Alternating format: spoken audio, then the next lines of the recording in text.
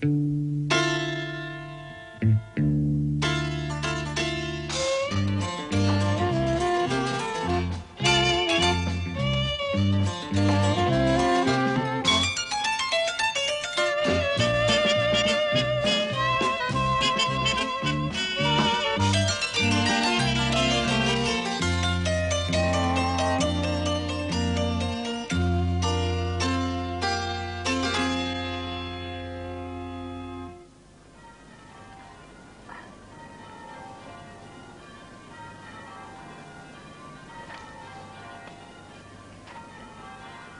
damage, it seems, is not too extensive, my lord.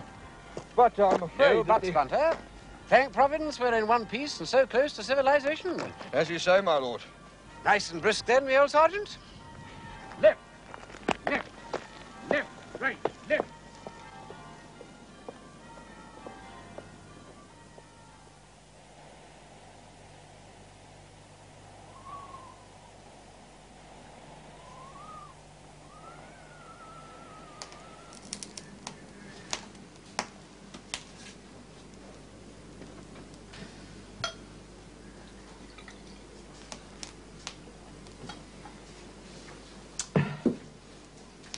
Sitting out, is he, Mrs. Tebbit? I'm taking notice, thank the Lord. The vicar's with him now. But he's been ever so bad. As you say, Lady Thorpe's terrible bad. Dr. Bain's been up twice today, I hear. Spanish influenza. They can call it what they like. You want my opinion, Ezra? That's a visitation for our sinful ways. Oh, wouldn't go so far. Your Jack's no great sinner, and Lady Thorpe's a kind of soul alive. He's doing splendidly, Mrs. Tebbit. He'll be up and about in no time.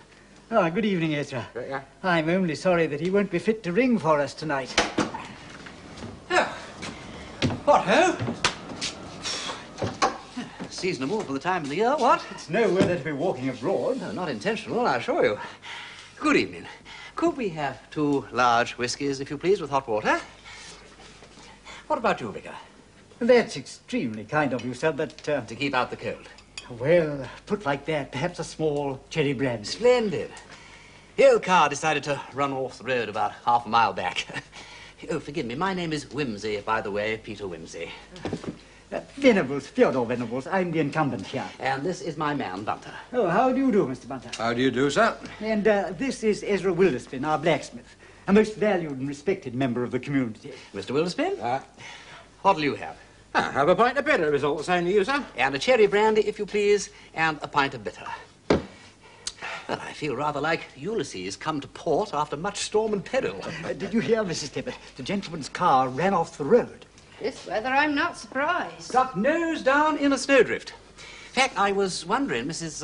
Tebbit. Mrs. Tebbit, if you could possibly put us up for the night. Oh, I'm that sorry, sir, but my husband's ill. I'm not taking guests anyway. I don't rightly think I could manage. No, of course not. Well, I'm sorry to hear about your husband. Nothing serious, I hope. Spanish influenza. Oh, dear, oh, dear, oh, dear, oh, dear. A lot of it about. Yes, a perfect curse. But he's over the worst. He's making excellent progress. I'm delighted to hear it. Will you take something yourself, Mrs. Tebbit? No, thank you very much. Well, may I wish you all a very happy New Year. Happy New Year. Happy New Year. That'll be 3 and 11pence. Yes, of course. Yes, there we are. That'll be all right. I say, what a splendid fire. Excuse me. Well, that still leaves us in a bit of a hole, Bunter, what? It does indeed, my lord. My Lord Peter Wimsey. I knew the name. Mrs. Tebbit, we are entertaining a celebrity. Is that so, Vicar? It is indeed. Lord Peter has written a most scholarly monograph. Notes on the collection of incunabula. Well, now, don't tell me you've actually read it. Indeed. Well, I'll be dashed. I'm a book collector myself. I fear that my library is rather limited, but I have an edition of the Gospel of Nicodemus, which I think would interest you. Dear me, how delightful meeting like this. We shall be able to exchange impressions. Well, much as I would like to, Vicar, I'm very much afraid. Ah, but you're both staying at the rectory. Oh, there's no doubt about it. There's nowhere else. And please, believe me, I was going to invite you before. Then we accept most gratefully, don't we, Bunter? Very much so, my lord. And don't worry about your car, my lordship. We'll get Mr. Ashton's horses pull it out for you in the morning. Ezra is quite the motor mechanic, Oh, too. I say, well, that's very civil of you. I don't imagine, Lord Peter, that you've ever been to Fenchurch St. Paul before. Yes, once. Oh, about 20 years ago now. I came here to a wedding just before the war. Then you remember my church. Oh, very clearly. One of the finest in the Fen country. All transitional, I think. Except one of the windows at the end of the north aisle. Mm-hmm. That's late perpendicular. And, though I say it myself, we have a really noble ring of bells. Few finer in the whole county. You planning to ring in the new year? Not merely that, but we are aiming for a record. No less than 15,840 Kent treble bob majors. Bless my soul. Oh, I say, that'll take a bit of time. 9 hours. And what is more, but for the little help that I can give, we shall be obliged to ring the whole peal with only 8 ringers. It's this terrible influenza. 4 of our best men are laid low. Here's the bus from Leamholt. It seems to me you're going to have your work cut out. Oh, it will be exhausting. But what a triumph if we succeed. There are tablets in the belfry commemorating all the famous peals of former times, but it's many years since we added a new one. Well? What is it, well? What is it, he asked? A Spanish influenza, that's what. Same as my poor Jack. Come you on, Will. Get this inside you.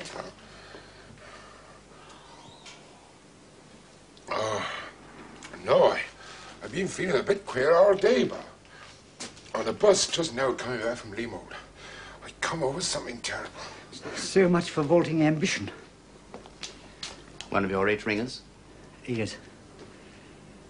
But we mustn't think about that. We must get poor Will home to bed. That's what we must do. Can I be of some assistance, Vicar? That's very good of you, Mr. Bunter. My car is outside. If we could just get him into it. Come on, old lad. We'll give you a hand. We can go on to the rectory after we've got poor Will home. Splendid.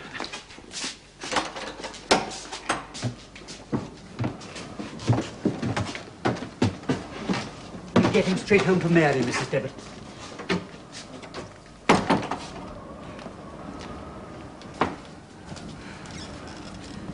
Over there, in my bunk. You sure, Jim? It's the only warm room in the place. Oh, they're damp, these cottages, ever so damp. Right. Down you go, Will, lad. Right, Joe, you've obviously had experience heaving weights about, what? Aye, sees a hard master, but a thorough one. Ah, yes, I should have known. Royal Navy, are you, Mr... Nothing so grand. Forgive me. Jim 30, Will's brother. Jim is a merchant seaman. Join us for a Christmas leave, Mr. Wimsey. Lord Peter Wimsey. And this is Mr. Bunter. Like Mr. Bunter. They've been very helpful. Will. Very grateful. I really don't know what I Lord should Peter tell you. Wimsey. That's right. Mrs. Thirder, is it? I might forget a face, but I never yet forgot a name. I'm sorry, with me it's usually the other way round, but this time I'm afraid you'll have to forgive me, Mrs. Thirder. Oh, your lordship wouldn't remember me. I was parlour maid up the manor when that lady's emeralds were taken. Time Sir Henry got married. Right, Joe, that's quite a time ago. You were the gentleman had the fast motor, drove after Cranton. Perfectly correct. You didn't catch him, though. That was quite enough, my lord. That brought Cranton to prison. And Jeff Deacon. I managed to get the number of Crampton's car. That's what I mean. Astonishing coincidence. I had no idea. Jim, I think you'd better call Dr. Baines. Oh, I will, Mr. Venables, don't you worry. I shall go straight down the post office and knock up Miss Higgs. I'm sure that's the sensible thing. Are you staying long, my lord? No, just for the night.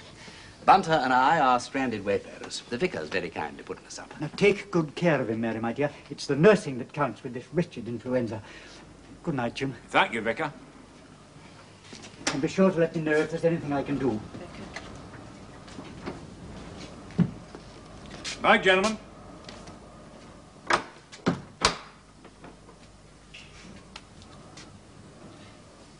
If you're going to the post office, Jim, you'd best go.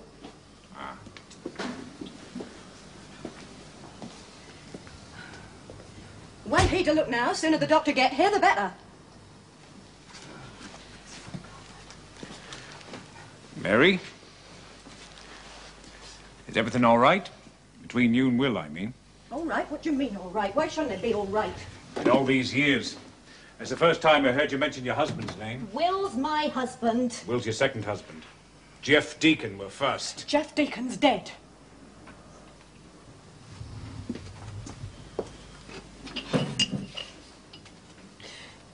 That was a shock, like. Seeing Lord Peter again. That brought it all back. Wretched old business. Mary? There's only one man in this world that I care about. And he's too ill for you to be stood there gabbing. Now, will you go and get the doctor?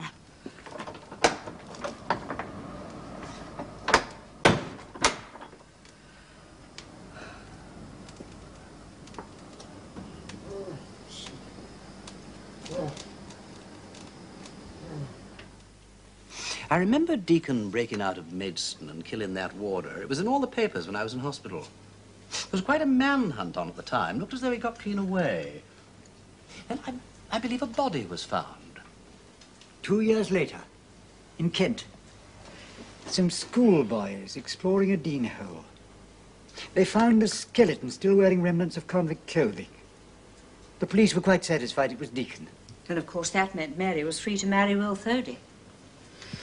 It was 1920. It was the year we moved here. The very first ceremony that Theodore ever performed in Fenchurch, St. Paul. I think it can't have been at all easy for the poor girl, what with the theft and then Deacon being sent to prison. Not much fun, I don't suppose, at a small village being married to a convicted criminal. Naturally, what we know is mostly at second hand. There was a lot of gossip. I believe it was even hinted that Mary had helped her husband in the theft. Oh, complete nonsense, of course. She's a most respectable girl. Her only mistake was falling in love with him in the first place. Deacon was a very personable young man. I remember that quite clearly. And pulled a very good rope, what's more. Pardon? Yes, I remember Hezekiah Lavender used to say that Deacon was the quickest chap at learning the Kent treble bob he'd ever had to do with. Oh, I see. You could do with him tonight then, Padre, what? Oh, indeed, indeed. Well, you'll have to excuse me, Lord Peter.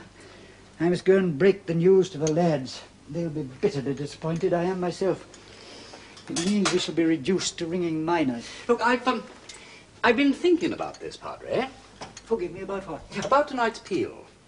I used to pull quite a pretty rope myself.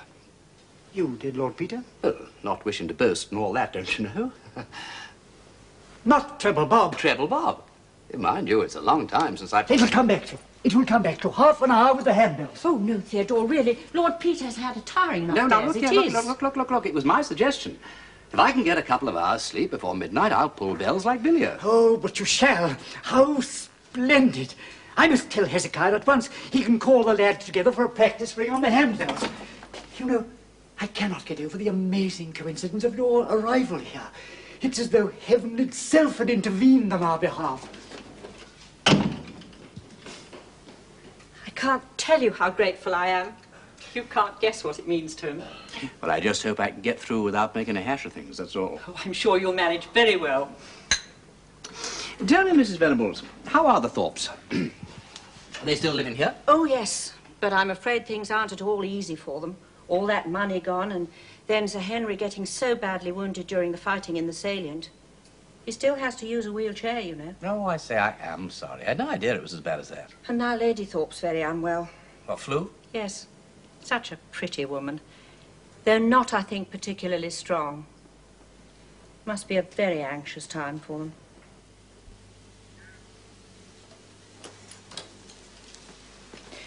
You really must stop worrying, Sir Henry. Lady Thorpe is going to be as right as rain in no time. Yes. Get me another whiskey, Mrs. Gates. Do you think you really ought to? Yes, I do.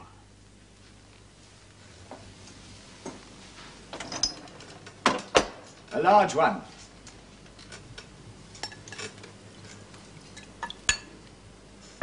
Is it not too much soda? I'm not at all sure that Dr. Baines would approve. Well, ask him if you want to. Here he is. You know I was only teasing. Mrs. Gates, I want you to go and sit with Lady Thorpe. Yes, of course, Doctor.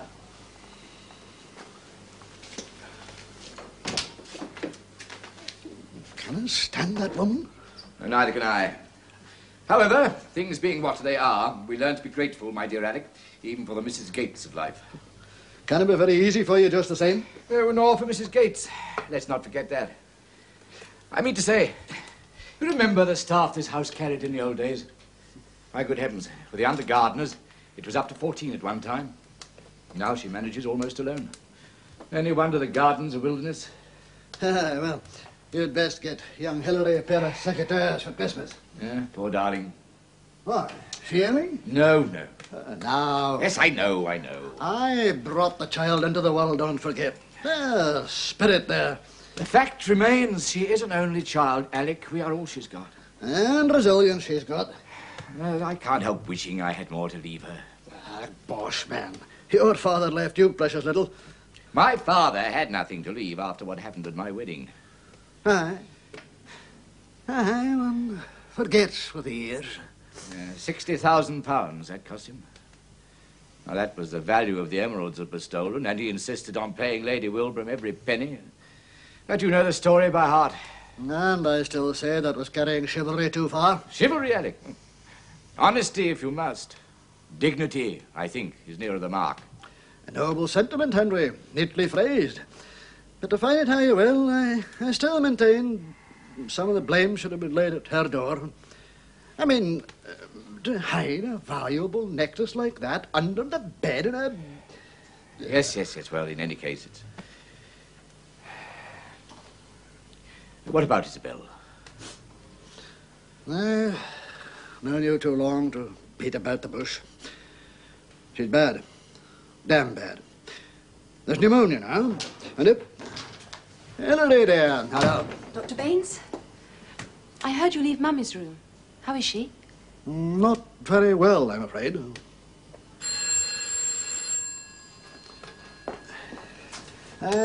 Damned risk moving her to hospital. I'll ring Leamholt. Ask him to send round a nurse. You don't think she has much chance? She has a chance.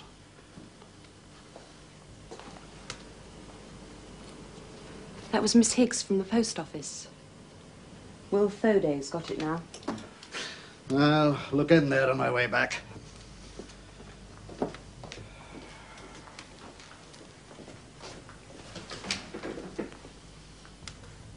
Poor old darling. What a rotten new year. I said I remembered. It's not true. I'd forgotten how beautiful it was.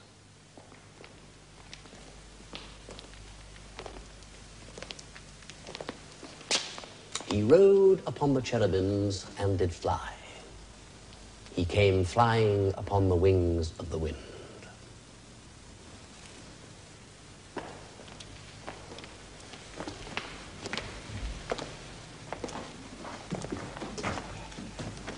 I'm sorry. Who is this here bloke, Hezekiah? Oh, I don't know nothing of him. Here come the Reverend now. Ah, here you all are. Splendid. Now, this is Lord Peter Wimsey, sent to us by Providence, as you might say. Now, let me introduce you all. Hezekiah Lavender. He has pulled Tailor Paul for 60 years. Hello. Ezra Glad to Wilderspin, meet you, my lord. of course, Ezra Wilderspin, you know. Yes, you do. Our biggest man pulls the smallest bell, but that's often the way of things, isn't it? Jack Godfrey. Hello. Jack has the honor of ringing our oldest bell, Batty Thomas, cast in 1338, no less. Mr. Donington. Mr. Donington? He takes charge of number 6. Joe Hinkin, my gardener, number 5. How do you do? Harry, go to bed, number 4. Sexton, incidentally. Rather a good name for a sexton, yes. And Walter Pratt, our youngest recruit. Hello, Wally. He takes number 3. Well, that's all of us, I think. You, Lord Peter, will take number 2, poor Will Foday's bell. Righty, huh? Now, lads, the object of this practice is to let Lord Peter have a chance of getting his hand in again. 30 minutes, I think, should be quite sufficient. So, Hezekiah?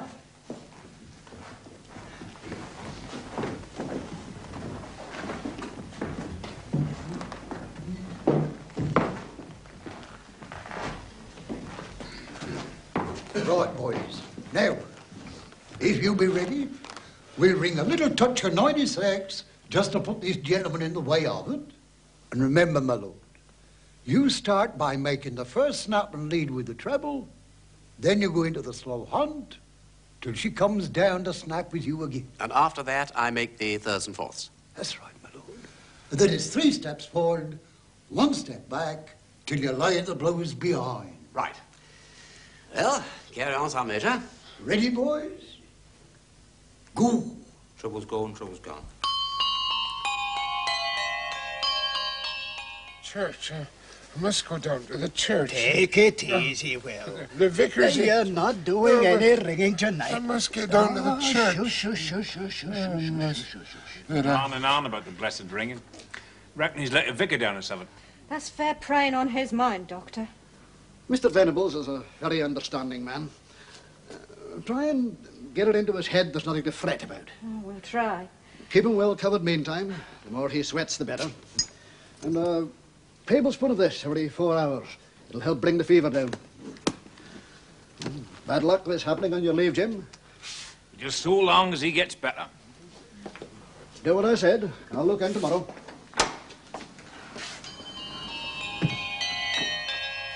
Well run, every one of you. Hezekiah, I think our new recruit will do us credit. Aye, he'll keep his place all right. And after tonight, we shall hope to be able to put up a new tablet. Well, I only hope I don't do anything to prevent it. Now then, where's this bell of mine? Ah, yes, we'd better let you get the feel of it. Yeah, my lord. Better adjust them tuckings for his lordship. Do you let him raise her first? Unless you'd like me to raise her for you. Not on your life. It's a poor ringer that can't raise his own bell.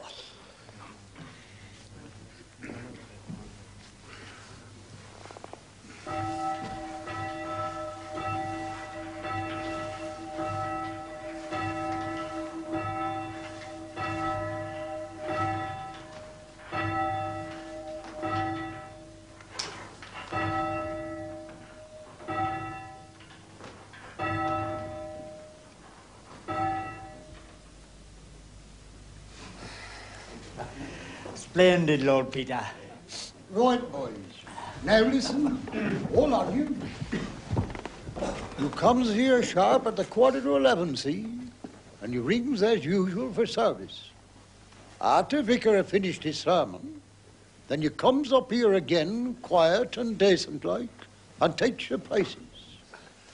Then when they're singing their hymn, I ring the 9 tailors and the half-minute passing stroke for old years, see? Then you waits for the clock to strike. And when her's finished striking, I says, go. And mind as you're ready to go.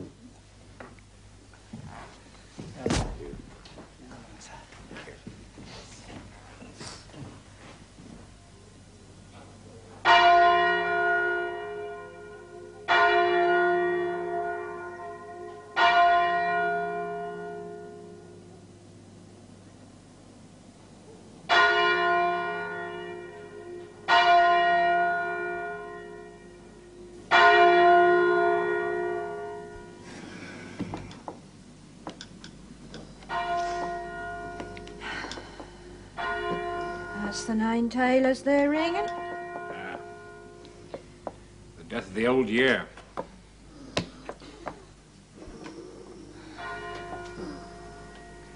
Or the death of a man.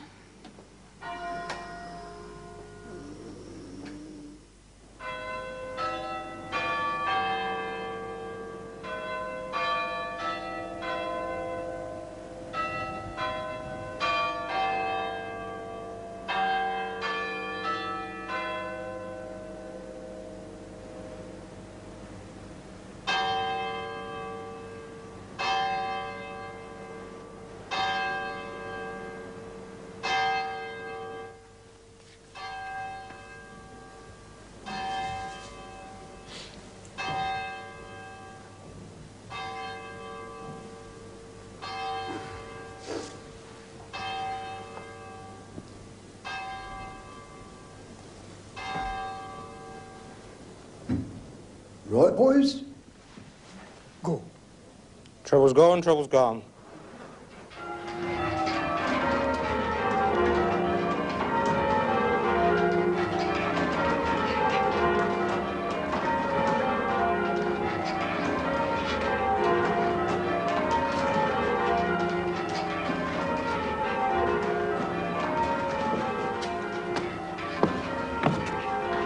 make trouble, Bob.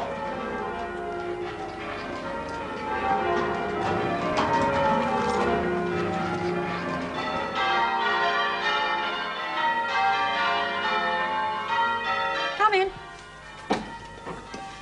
Ah, Mr. Bunter, is everything all right? Yes, madam. I have the beer and the 9 tankers prepared.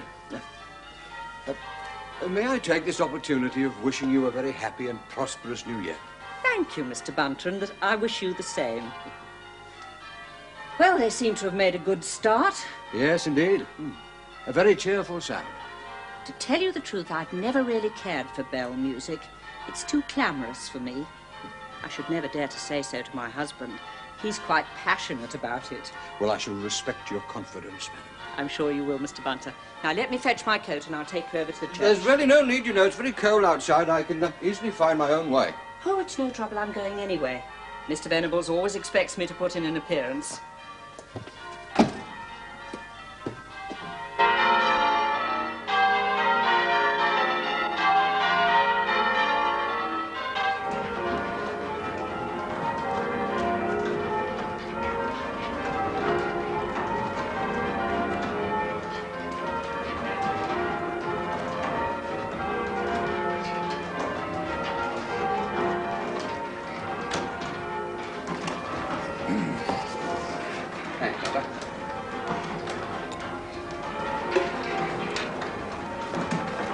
Not too exhausted?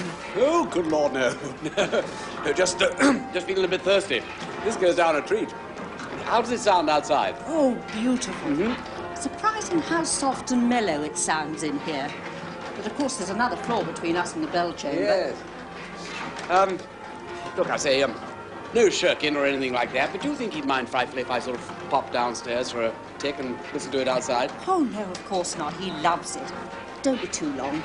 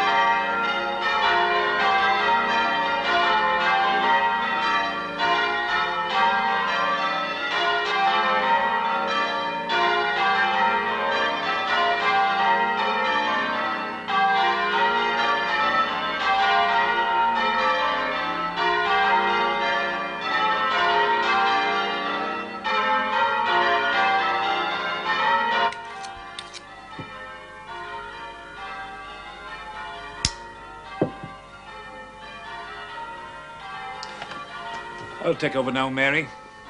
You go get some sleep.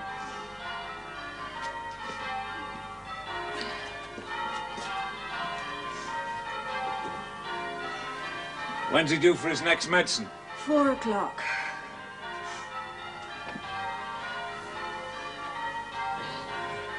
The bells. They got to stop ringing them bells. Daddy will take it easy.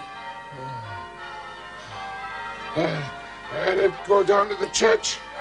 They got to stop ringing them bells. They got to stop ringing. Stop.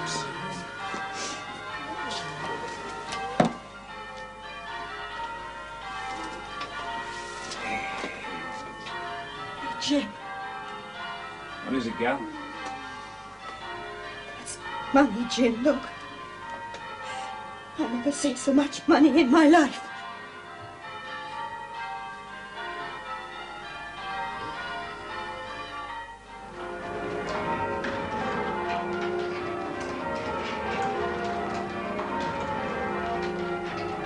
Stand next time.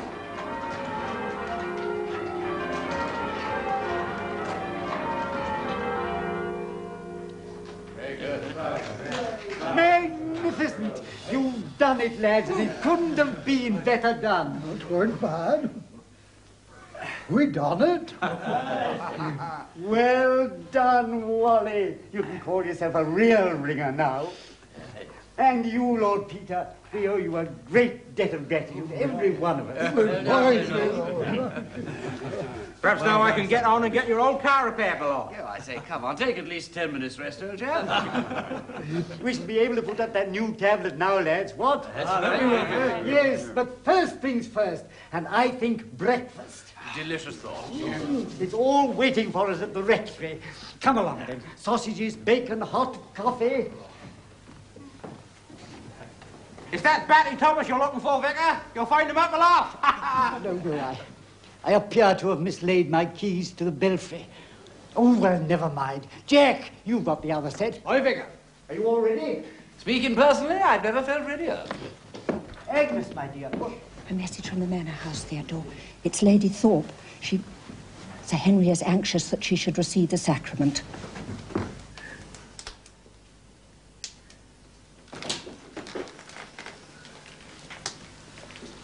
You're too late. I gather as much from Mrs. Gates. It was very sudden. Not 10 minutes here. She died peacefully. God rest her soul. She was a good woman. Aye, you can say that again. Tell it's kept poor Henry going all these years, not my medicine. She and young Hilary. How is he? In shock, I'm afraid. Oh, I've given him a strong sedative. He ought to sleep for a few hours. And Hilary? Very composed. Too composed by half. It'll hit her later, no doubt.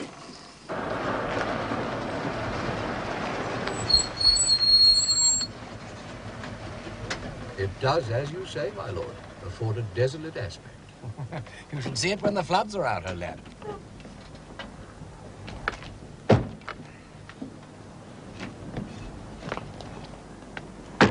All this higher ground, you see, is cross-diked and drained, and the drain water is fed into the River Whale. Well, Mr. Venables did try to explain. The waters meet at different levels, does it not? Hence the need for this. Van Laden's sluice. You see, if it wasn't for those, the river being tidal, the drain water would run back and flood the whole valley area. That accounts for his concern. I must admit that...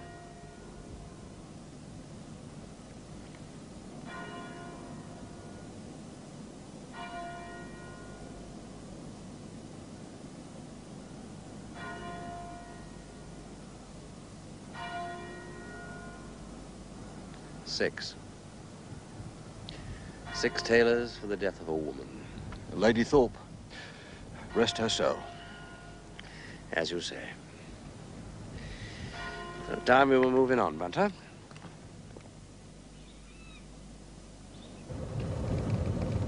I think this is one new year your lordship is not likely to forget. For more reasons than one, old lad. We appear to have some company, my lord. Oh, good egg. Let's wave our hats. I'm awful scatter in sunshine as we pass.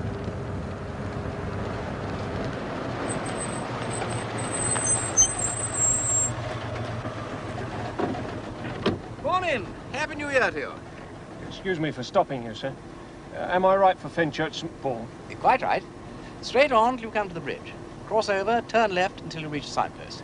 About how far, sir? About 5 miles. You've got a cold walk, I'm afraid. Yes, sir. Not a very nice part of the country. No, indeed, no. Like a fag? Yes, please, sir. Here we are, look. Have a handful. Thank you very much. Here we are. You, don't belong to these parts? No, sir. Looking for work? Yes, sir. Labourer? No, sir. Motor mechanic. I see. Well, good luck to you. Thank you. Good day to you, sir. Hello.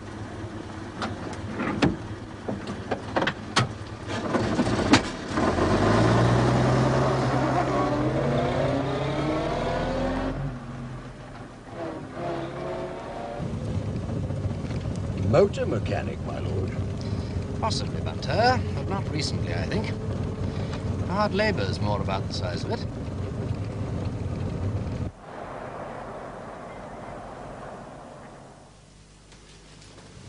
The Daffs are fantastic this year. I've got practically a carload to take down to the church. Hilary, my dear. Yes? Come here a minute. It's a lovely day. I don't want to cast a blight on the Easter proceedings. Well, then don't. But there is something that I must say. Now, if I should go west this time, Oh, darling. we must face the facts. Is that why you... Why what? Nothing. Please. Please. It's 3 months since Mummy was buried. There's still no headstone on the grave, and I... Oh, Daddy. Let's be sensible now. When I do go, I'm afraid I'm going to leave you pretty badly off. Don't talk such rot. Please. You're not going west, and anyway, even if you did. Well, there'll be enough to send you to Oxford. Girls don't seem to cost much there. And I'm bound to get a scholarship anyway. Miss Bowler says. Then when I've taken my degree, I'm going to be a writer, so there's really What are you going to write? Poetry? No. Bestsellers. Not just bosh, but stuff like The Constant Nymph. Miss Bowler says I have heaps of talent. Well, I'm delighted to hear it. Nevertheless, we must face the Golly, facts. look at the time. I'll miss my date if I don't hurry. I'll be back in time for tea. Just try and be good while I'm gone. I'll try. Bye, Daddy.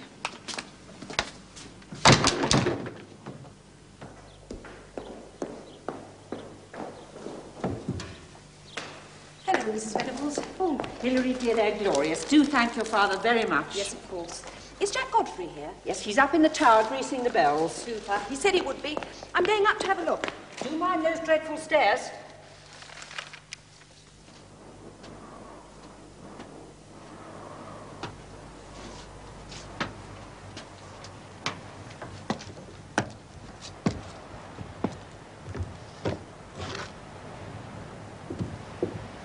Hello, Mr. Godfrey. Hello, Miss Hilary. Can I pop up and have a look? I've never seen any of them really close to. All right. Wait a minute. Now, up you come. That's it. Steady on. There we are. This is Tailor Paul. That's right, miss. Isn't she a monster? Aye, pretty fair. She's done her bit in her time. Mr. Venables told me there was an inscription. Oh, here it is. 9 tailors make a man in Christ. Is death at end in Adam yet began? 1614. I find that rather a complicated sentiment, but I don't suppose it was to them. Which are the others? Well, Gaudi, Sabath, John, Jericho, Jubilee, and Dimity. And this here is Batty Thomas, what Abbot Thomas once put up. Yeah, no, don't come no closer, miss. No, she's an unlucky belle. She ever fancies, and I wouldn't care to risk it. What do you mean? Well, you see, she's my own belle. I rung her close on 15 year. She've no quarrel with me, but she have killed 2 men in her time. She come down on the head of one of Cromwell's soldiers. And then there was a lad in old Rector's time, he tried to raise her, and he got himself hanged in the rope. So, if you don't mind, miss, I don't fare to take no chances with Batty Thomas. All right, Mr. Godfrey. If she's a killer, she's all yours.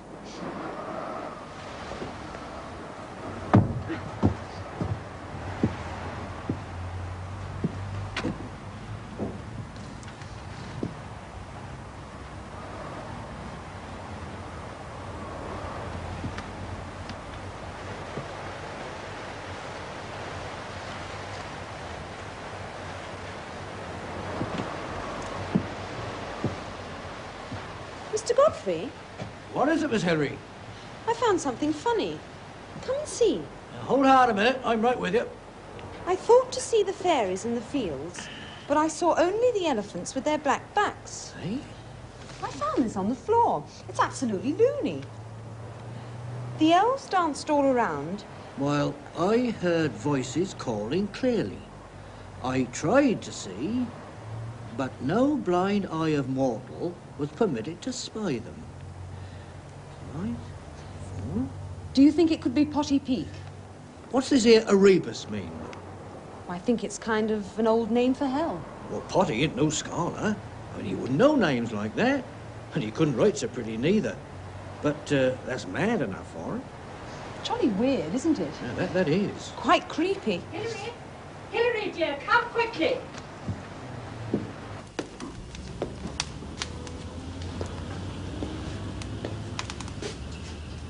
Sir Henry Thorpe, Bunter. He's dead. After a long illness at the manor house, Fenchurch St. Paul. I am sorry, my lord. Will you be attending the funeral? Well, I deputised for my brother at his wedding, but that was 20 years ago. I haven't seen the fellow since.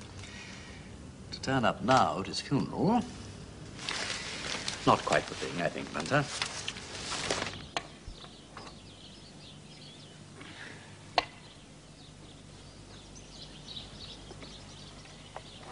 It's always the same, Wally. When a man wants to be buried with his wife, you can't do a decent job. If I'd had my way, I'd have dug a new grave alongside. This way doesn't give a chap a chance for mastering and shaping up. So there it is. Was Henry's last wish, so Vicar said.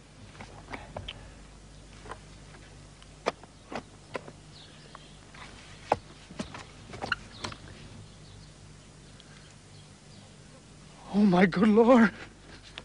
What is it, Wally? I know. But it didn't ought to be there, Mr. Go to bed. Something horrid. Yeah. You're right, boy. It didn't ought to.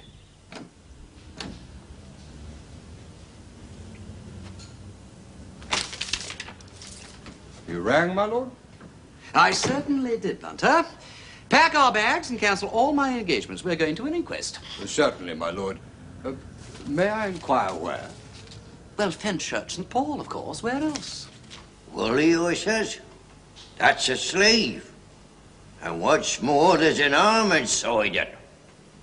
So, we gets to shuffling away again, going very careful. And after a while, we sees a leg. So, I tells him to get rid of the shovel and use his hands. He says he doesn't like to. But I told him not to be a fool, 'cause he can always wash his hands when he's done. So, we clears away, very careful. And then at last we sees un plain. What precisely did you see? A man's corpus. Go on. Well, he were wearing an ordinary suit of clothes. And it looked to me as though he'd been a lying there a goodish while. Did you notice anything else, Harry? Yes. He ain't got no hands. And his face, well, it's my belief his own mother wouldn't... But you can't say for certain you recognize the deceased. If I did, I should be telling a lie.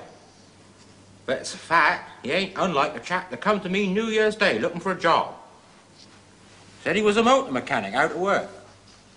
I give him a trial and he done his work well. For 3 days. Where was he living during this time? My house. And all of a sudden, off he goes in the middle of the night, never seen him no more. What day was that? Same day as they buried her ladyship, Saturday, 4th of January. What was the name of this man? Called himself Stephen Driver.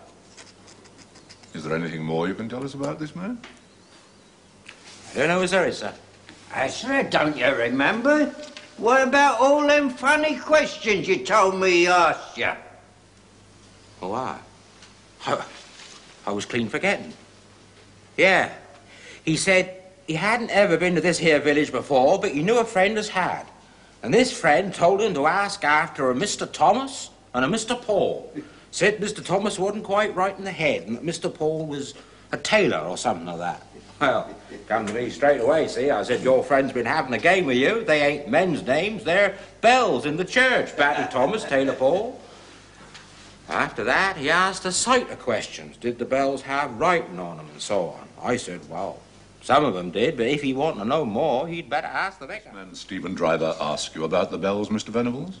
On no occasion. Did you meet him?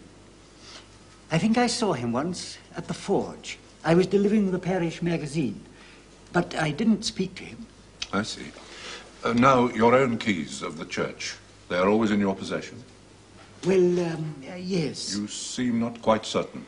Well, it's merely that I'm very absent-minded. I do mislay things from time to time. Have you ever mislaid the keys? Yes. I did at New Year. I remember very clearly. We had just rung 15,840 Kent treble bob majors, 9 hours ringing, and I realized it when I wanted to lock up the belfry. But as Jack Godfrey had the other set, I didn't really bother. But you found them, your own keys, subsequently? Well, I did not, but Emily did. She's our maid. They were on the shelf in our scullery. The deceased was wearing a suit of navy blue serge. It was of poor quality and much deteriorated from its burial in the earth. On the other hand, sir, it wasn't old. Could you say where it was purchased? Yes, sir. Max Brothers of London. They're a big firm of cheap outfitters. I've been on to them, but they weren't much help. They sell hundreds of suits like this one.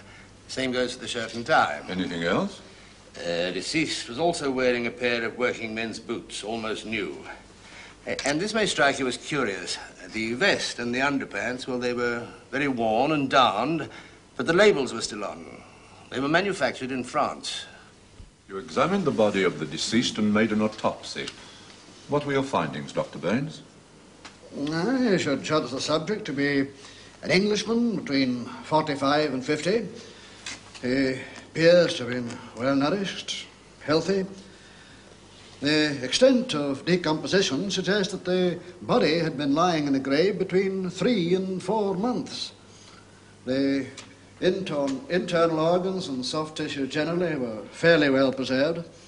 I could discover no signs of any external injury except upon the head, arms, wrists and ankles.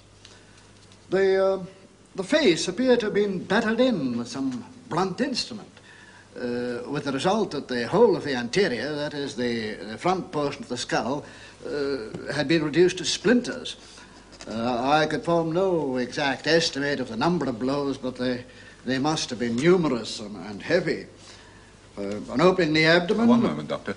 I take it that we may assume the deceased died in consequence of these blows? No. No, I do not think they were the cause of death. Why do you say that, Doctor? Because, to the best of my knowledge and belief, all the blows were inflicted after death.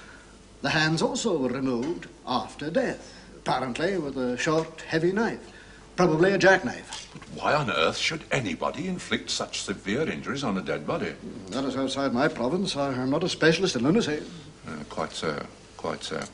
Well, in your opinion, Doctor, what was the cause of death? I do not know.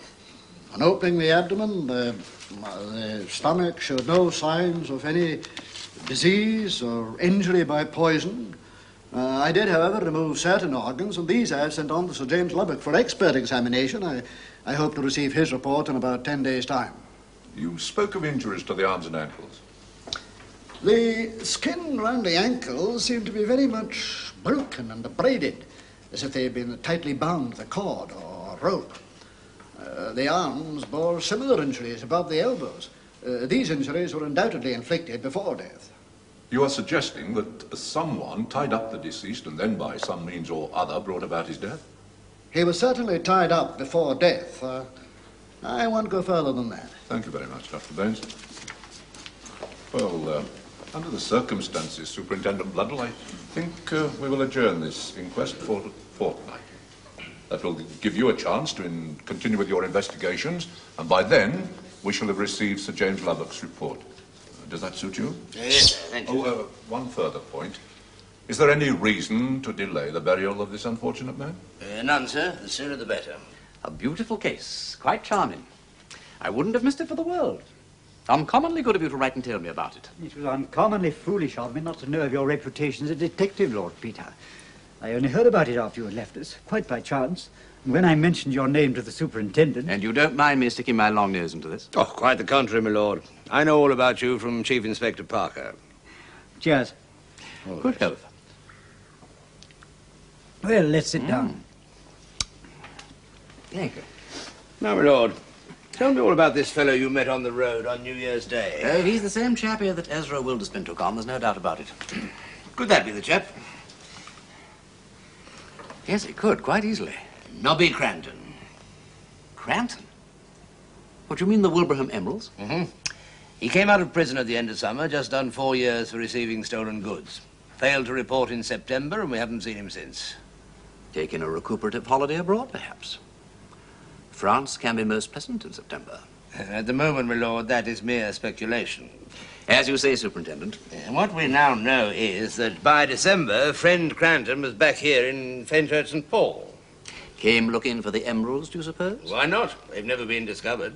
Loud cheers. I'm all in favour of a treasure hunt. So you think that the body was that of Cranton? Could be, Mr. Venables. And if it was, and if somebody thought it worthwhile to kill him, smash him up, bury him, and cut off his hands where he keeps his fingerprints, there is somebody in this village who knows something. Dear me. What a very distressing thought.